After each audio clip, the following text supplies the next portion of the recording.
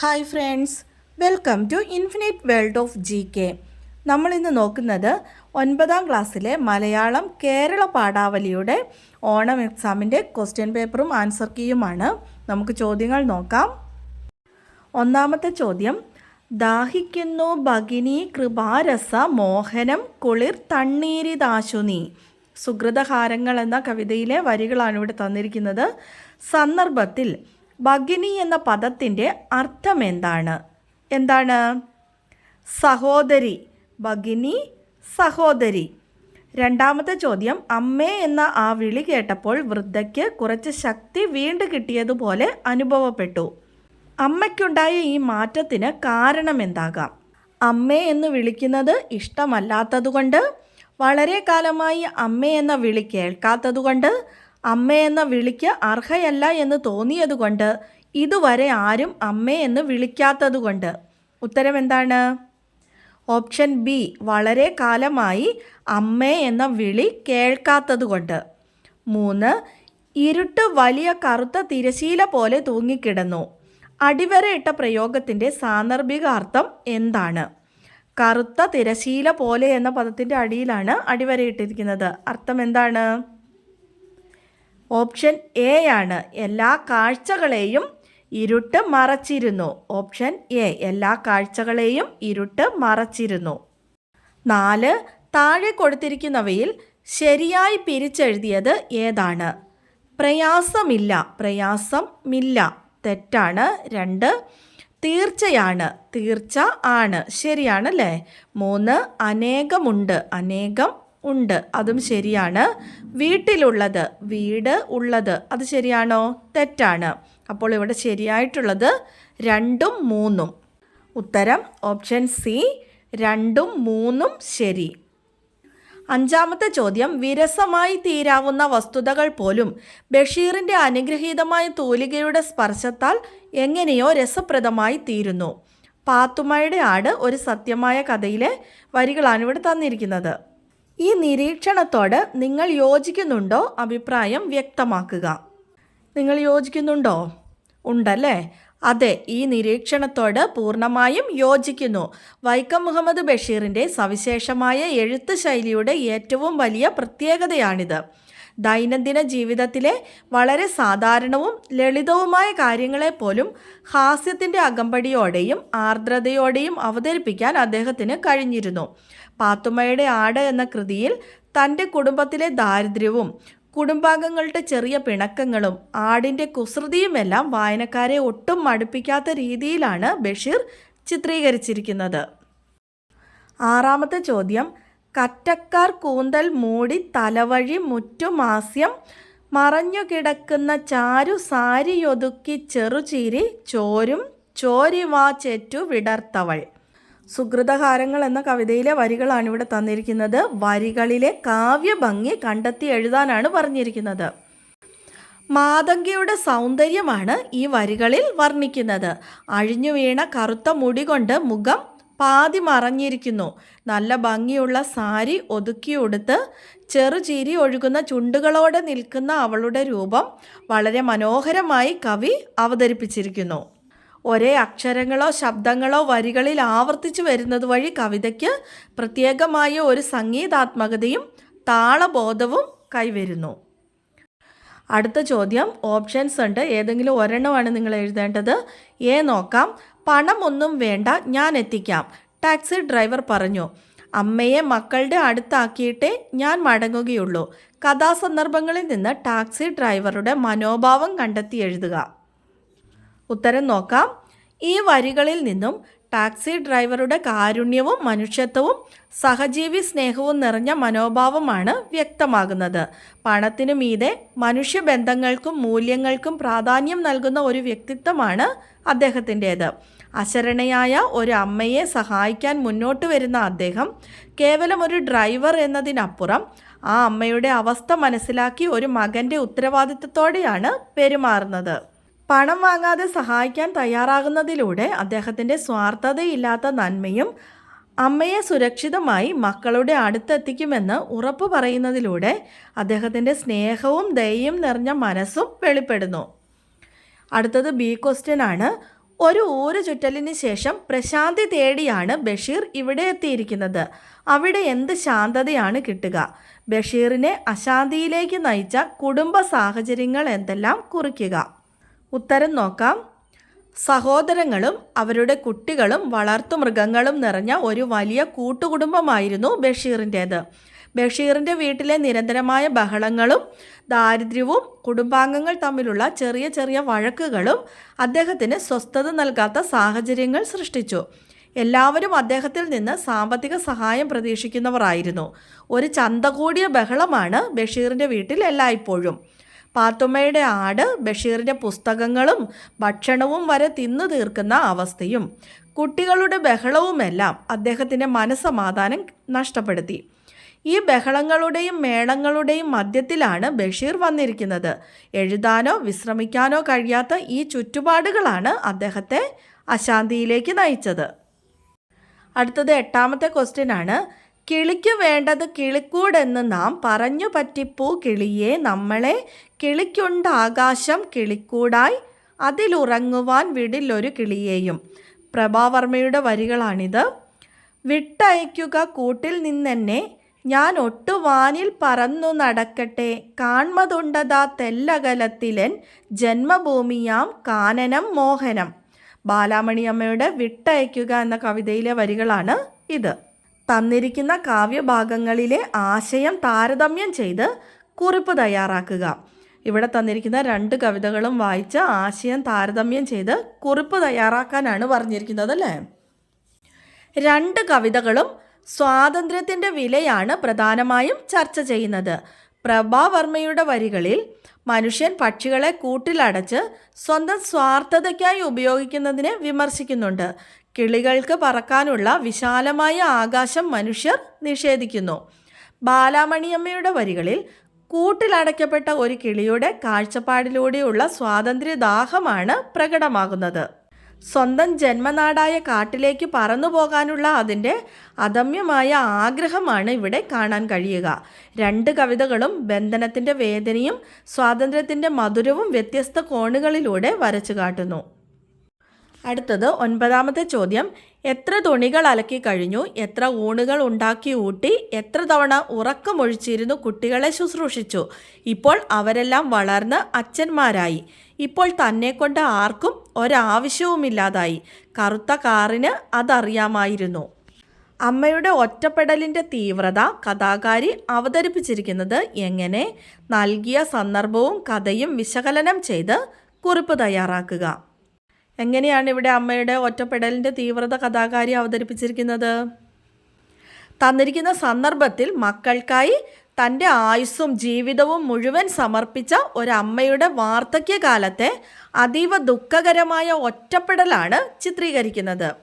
മക്കൾക്കായി തുണി അലക്കിയും ആഹാരം പാകം ചെയ്ത് നൽകിയും ഉറക്കമൊഴിഞ്ഞ് പരിചരിച്ചും തൻ്റെ സുഖങ്ങൾ അമ്മ മാറ്റിവെച്ചു. ആ മക്കൾ വളർന്ന് അച്ഛന്മാരാവുകയും അതായത് മുതിർന്നവരാവുകയും സ്വന്തം നിലകളിൽ എത്തുകയും ചെയ്തപ്പോൾ അവർക്ക് അമ്മയെ ആവശ്യമില്ലാതായി തീർന്നു. കറുത്ത കാറിന് അതറിയാമായിരിക്കാം എന്ന പ്രയോഗത്തിലൂടെ മക്കളുടെ ആധുനികവും യാന്ത്രികവുമായ ജീവിതശൈലിയെയും അതിനിടയിൽ അമ്മയ്ക്ക് നേരിടേണ്ടി വരുന്ന സ്നേഹശൂന്യതയെയും കഥാകാരി വളരെ തീവ്രമായി ആവിഷ്കരിച്ചിരിക്കുന്നു. മക്കളൊക്കെ വളർന്നു വലുതായി കഴിഞ്ഞപ്പോൾ അവർക്ക് അമ്മയുടെ ആവശ്യമില്ല അല്ലേ. അപ്പോൾ അമ്മയുടെ ഒറ്റപ്പെടലിനെയാണ് കഥാകാരി ഇവിടെ ആവിഷ്കരിച്ചിരിക്കുന്നത്. 10ാമത്തെ ചോദ്യം. നീചനാരിതൻ കയ്യാൽ ജലം വാങ്ങി യാചമിക്കുമോ ചൊല്ലഴും ആചാര്യന്മാർ. ഇത് സുഹൃതകാരങ്ങൾ എന്ന കവിതയിലെ വരികളാണ്. അടുത്തത്. തൊട്ടുകൂടാത്തവർ തീണ്ടിക്കൂടാത്തവർ ദൃഷ്ടിയിൽപ്പെട്ടാലും ദോഷമുള്ളോർ കെട്ടില്ലാത്തോർ തമ്മിലുണ്ണാത്തോർ ഇങ്ങനെയൊട്ടല്ലഹോ ജാതിക്കോമരങ്ങൾ. ദുരവസ്ഥ എന്ന കവിതയിലെ വരികളാണ് ഇത്. 2 രചനാഭാഗങ്ങളിലും തെളിയുന്ന അക്കാലത്തെ സാമൂഹിക അവസ്ഥ വിലയിരുത്തി കുറിപ്പ് തയ്യാറാക്കാനാണ് പറഞ്ഞിരിക്കുന്നത്. തന്നിരിക്കുന്ന 2 രചനാഭാഗങ്ങളും പഴയകാല കേരളത്തിൽ നിലനിന്നിരുന്ന കടുത്ത ജാതി വിവേചനത്തെയും അനാചാരങ്ങളെയും വെളിപ്പെടുത്തുന്നവയാണ്. സുഹൃതഹാരങ്ങൾ എന്ന കൃതിയിലെ വരികൾ താഴ്ന്ന ജാതിയിലുള്ള ഒരു സ്ത്രീയുടെ കയ്യിൽ നിന്ന് വെള്ളം വാങ്ങി കുടിക്കുന്നത് പോലും പാപമായി കരുതിയിരുന്ന അയിത്ത വ്യവസ്ഥയെയാണ് ഇവിടെ കാണിക്കുന്നത് അല്ലേ. കുമാരനാശാന്റെ വരികളിൽ അക്കാലത്തെ ഭീകരമായ സാമൂഹിക അവസ്ഥയെ കൂടുതൽ വ്യക്തമാക്കുന്നു. തൊട്ടുകൂടായ്മ, തീണ്ടിക്കൂടായ്മ, ദൃഷ്ടിയിൽപ്പെട്ടാൽ പോലും അശുദ്ധിയാകുന്ന അവസ്ഥ, അതായത് ഉയർന്ന ജാതിക്കാരുടെ കൺമുന്നിൽ താഴ്ന്ന ജാതിക്കാർ വന്നാൽ പോലും അശുദ്ധിയാകുന്ന അവസ്ഥ എന്നിവ ഇവിടെ പ്രതിഫലിക്കുന്നു. വ്യത്യസ്ത ജാതിയിലുള്ളവർ തമ്മിൽ വിവാഹബന്ധങ്ങളിൽ ഏർപ്പെടാനോ ഒന്നിച്ചിരുന്ന് ഭക്ഷണം കഴിക്കാനോ പാടില്ലായിരുന്നു. ഇത്തരം മനുഷ്യത്വരഹിതമായ ആചാരങ്ങളെ ജാതി കോമരങ്ങൾ എന്ന് വിളിച്ച് കവി ശക്തമായി പരിഹസിക്കുന്നു. മനുഷ്യനെ മനുഷ്യനായി കാണാതെ ജാതിയുടെ പേരിൽ മാറ്റി നിർത്തിയിരുന്ന ക്രൂരവും അസമത്വം നിറഞ്ഞതുമായ ഒരു കറുത്ത കാലഘട്ടത്തിൻ്റെ ചിത്രമാണ് ഈ രണ്ട് ഭാഗങ്ങളിലും തെളിയുന്നത്. അടുത്തത് 11ാമത്തെ ചോദ്യമാണ്. ഇവിടെയും 2 ഓപ്ഷൻസ് ഉണ്ട്. ആദ്യം നമുക്ക് എ നോക്കാം. വൈക്കം മുഹമ്മദ് ബഷീറിൻ്റെ കൃതികൾ വായിച്ചും പഠിച്ചും പ്രൊഫസർ MK സാനു തയ്യാറാക്കിയ പുസ്തകത്തിലെ ഒരു ഭാഗമാണ് പാത്തുമ്മയുടെ ആട് ഒരു സത്യമായ കഥ എന്ന പാഠഭാഗം. ഇതുപോലെ നിങ്ങൾക്ക് ഏറ്റവും ഇഷ്ടപ്പെട്ട പുസ്തകം വായിച്ചപ്പോഴുണ്ടായ ചിന്തകളും നിരീക്ഷണങ്ങളും ഉൾപ്പെടുത്തി വായനാക്കുറിപ്പ് തയ്യാറാക്കുക. നിങ്ങൾ വായിച്ചിട്ടുള്ള നിങ്ങൾക്ക് ഇഷ്ടപ്പെട്ട ഏതെങ്കിലും ഒരു പുസ്തകത്തെക്കുറിച്ച് വായനാക്കുറിപ്പ് തയ്യാറാക്കാനാണ് ഇവിടെ പറഞ്ഞിരിക്കുന്നത് അല്ലേ. നമ്മുടെ ചാനലിൽ ഒത്തിരി അധികം വായനാക്കുറിപ്പുകൾ തയ്യാറാക്കി ഇട്ടിട്ടുണ്ട്. അപ്പോൾ നിങ്ങൾക്ക് ആവശ്യമുള്ളത് അതിൽ നിന്ന് നോക്കിയാൽ മതി, കിട്ടും കേട്ടോ. ഒരു കുടയും കുഞ്ഞു പെങ്ങളും, ബാല്യകാല സഖി, പാത്തുമ്മയുടെ ആട്, അഗ്നിസാക്ഷി, ഇതൊക്കെ വായനാക്കുറിപ്പ് തയ്യാറാക്കി ഇട്ടിട്ടുണ്ട്. നിങ്ങൾക്ക് ഇഷ്ടമുള്ളത് നോക്കി എഴുതാം കേട്ടോ. അടുത്ത ചോദ്യം. ചൂര് നോക്കുമ്പോൾ ഇവിടെയുള്ള ആനയല്ല എന്നാണ് തോന്നുന്നത്. നീ പോയി ഒരു ബക്കറ്റ് വെള്ളം കൊണ്ടുവന്ന് അതിൻ്റെ കാതിലൊഴിക്ക്. കുട്ടിയാണ്, കാതു നിലച്ചാൽ തലയ്ക്ക് ചൂട് കയറിയേക്കും, ഡോക്ടർ പറഞ്ഞു. നൽകിയ സന്ദർഭങ്ങളും പാഠഭാഗവും വിശകലനം ചെയ്ത് ഡോക്ടർ കെയുടെ സ്വഭാവ സവിശേഷതകൾ വ്യക്തമാക്കുക. ആന ഡോക്ടർ എന്ന പാഠഭാഗത്തിലെ വരികളാണ് ഇവിടെ തന്നിരിക്കുന്നത് അല്ലേ. ഡോക്ടർ കെയുടെ സ്വഭാവ സവിശേഷതകൾ വ്യക്തമാക്കാനാണ് പറഞ്ഞിരിക്കുന്നത്. നമുക്ക് നോക്കാം. മൃഗങ്ങളോട്, പ്രത്യേകിച്ച് ആനകളോടുള്ള അതിയായ സ്നേഹവും അനുകമ്പയുമുള്ള വ്യക്തിയാണ് ഡോക്ടർ കെ. ചൂര് നോക്കുമ്പോൾ ഇവിടെയുള്ള ആനയല്ല എന്ന് അദ്ദേഹത്തിൻ്റെ നിരീക്ഷണം മാത്രമല്ല, എന്തോ കാരണമുണ്ട് എന്ന അദ്ദേഹത്തിൻ്റെ ദീർഘവീക്ഷണവും ആനകളുടെ സ്വഭാവത്തെക്കുറിച്ചുള്ള അദ്ദേഹത്തിൻ്റെ അഗാധമായ അറിവും അനുഭവ സമ്പത്തും വ്യക്തമാക്കുന്നു. പ്രശ്നപരിഹാരത്തിന് തിടുക്കം കൂട്ടാതെ ശാന്തമായി ചിന്തിച്ച് പ്രവർത്തിക്കുന്ന പ്രകൃതമാണ് അദ്ദേഹത്തിൻ്റേത്. ചെറിയ അടയാളങ്ങൾ പോലും ഓർത്തുവയ്ക്കുന്ന വിശാലമായ മനസ്സാണ് ആനകൾക്കുള്ളത് എന്ന് ഈ കൃതിയിൽ കഥാകാരൻ പറയുന്നു. ഡോക്ടർ കെയും ആനകളും തമ്മിലുള്ള വൈകാരിക ബന്ധം സൂചിപ്പിക്കുന്ന വരികളാണ് ഇവിടെ തന്നിട്ടുള്ളത്. ആനകൾ കൂട്ടത്തോടെ ഡോക്ടറിന് നന്ദി പ്രകടിപ്പിക്കുന്ന ആ രംഗം സാധാരണക്കാരനായ ഒരു വ്യക്തിക്കും ലഭിക്കാത്ത ഒരു വലിയ ബഹുമതിയാണ്. അടുത്തത് 12ാമത്തെ ചോദ്യമാണ്. ഇവിടെയും ഓപ്ഷൻസ് ഉണ്ട്. ആദ്യം നമുക്ക് ഓപ്ഷൻ എ നോക്കാം. ഒന്നല്ല ഈ നാമയി സഹോദരരല്ലി പൂവേ, ഒന്നല്ലി കയ്യിഹ രചിച്ചത് നമ്മയെല്ലാം. വീണപൂവ് എന്ന കൃതിയിലെ വരികളാണിത്. ജാതി ചോദിക്കുന്നില്ല ഞാൻ സോദരി, ചോദിക്കുന്നു നീർ നാവു വരണ്ടഹോ, ഭീതി വേണ്ട തരികതെനിക്കു നീ. സുഹൃതഹാരങ്ങൾ എന്ന കൃതിയിലെ വരികളാണ് ഇത്. കാലദേശാതീതമായ സാഹോദര്യ ഭാവമാണ് ആശാൻ കവിതകളിൽ തെളിയുന്നത്. നൽകിയ രചനാഭാഗങ്ങളും സുഹൃതഹാരങ്ങൾ എന്ന പാഠഭാഗവും വിശകലനം ചെയ്ത് കുമാരനാശാൻ്റെ കൃതികളിലെ സാഹോദര്യ സങ്കല്പം എന്ന വിഷയത്തിൽ ഉപന്യാസം തയ്യാറാക്കുക. അപ്പോൾ നമുക്ക് ഹെഡിങ് അത് തന്നെ കൊടുക്കാം. കുമാരനാശാൻ്റെ കൃതികളിലെ സാഹോദര്യ സങ്കല്പം, അത് തന്നെ ഹെഡിങ് കൊടുക്കുക. അതിനുശേഷം ഗണ്ണിക തിരിച്ച് വേണം കേട്ടോ ഉപന്യാസം എഴുതാൻ വേണ്ടിയിട്ട്. അങ്ങനെയാണല്ലോ നിങ്ങൾ എഴുതിയതല്ലേ. മലയാള കവിതയെ കാൽപ്പനികതയുടെയും നവോത്ഥാനത്തിൻ്റെയും പാതയിലൂടെ നയിച്ച മഹാകവിയാണ് കുമാരനാശാൻ. മാനവികത, സ്നേഹം, സ്വാതന്ത്ര്യം, സാഹോദര്യബോധം എന്നിവയായിരുന്നു അദ്ദേഹത്തിൻ്റെ കവിതകളുടെ ജീവശ്വാസം.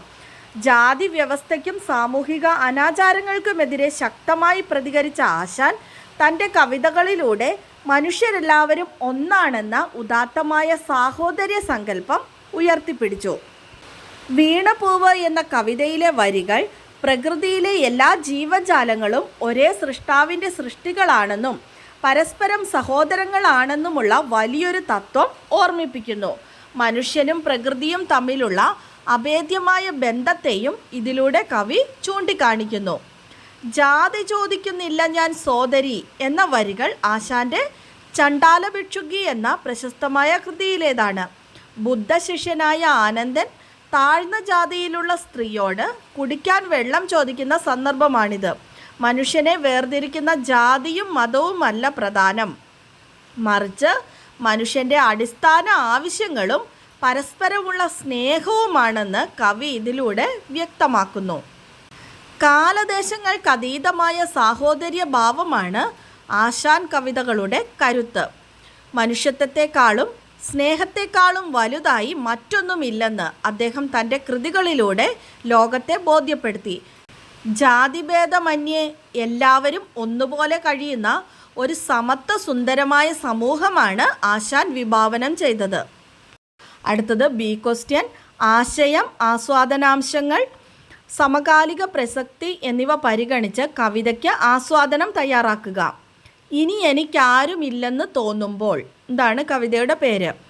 ഇനി എനിക്കാരുമില്ലെന്ന് തോന്നുമ്പോൾ അരനിമേഷം ഈ മണ്ണിനെ നോക്കുക, നിറവെളിച്ചമായി കൈനീട്ടി നിൽപ്പുണ്ട് പ്രണയകോടികൾ ജീവസഹോദരർ, വഴിയിറമ്പിലെ പുല്ലുകൾ പൂവുകൾ, പുഴയിലായിരം നക്ഷത്രമീനുകൾ, ഋതുലയം ചേർത്തു പാടുന്ന പക്ഷികൾ, നിബിഡ കാനനം നീളെ പൂമ്പാറ്റകൾ, കടലിലുണ്ട് നാം കാണാത്തൊരായിരം ഹൃദയ സോദരർ, മണ്ണിനെ കാത്തവർ, ഉടയ ദൈവത്തിനെണ്ണയും കൊണ്ടിതാ പുഴുവൊരാൾ സ്നേഹയാത്ര തിരിക്കുന്നു, ഇനി നമുക്കൊരു വേണമീ ഭൂമിയിൽ നിറയെ ജീവൻ്റെ ബന്ധുക്കളല്ലയോ.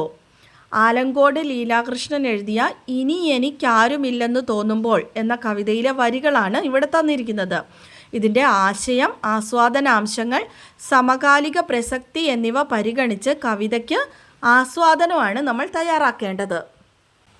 മനുഷ്യൻ ഒറ്റപ്പെടലിൻ്റെയും നിരാശയുടെയും നിമിഷങ്ങളിലൂടെ കടന്നു പോകുമ്പോൾ പ്രകൃതി അവന് നൽകുന്ന വലിയ ആശ്വാസത്തെയും സ്നേഹത്തെയുമാണ് ആലങ്കോട് ലീലാകൃഷ്ണൻ ഈ കവിതയിലൂടെ അവതരിപ്പിക്കുന്നത്.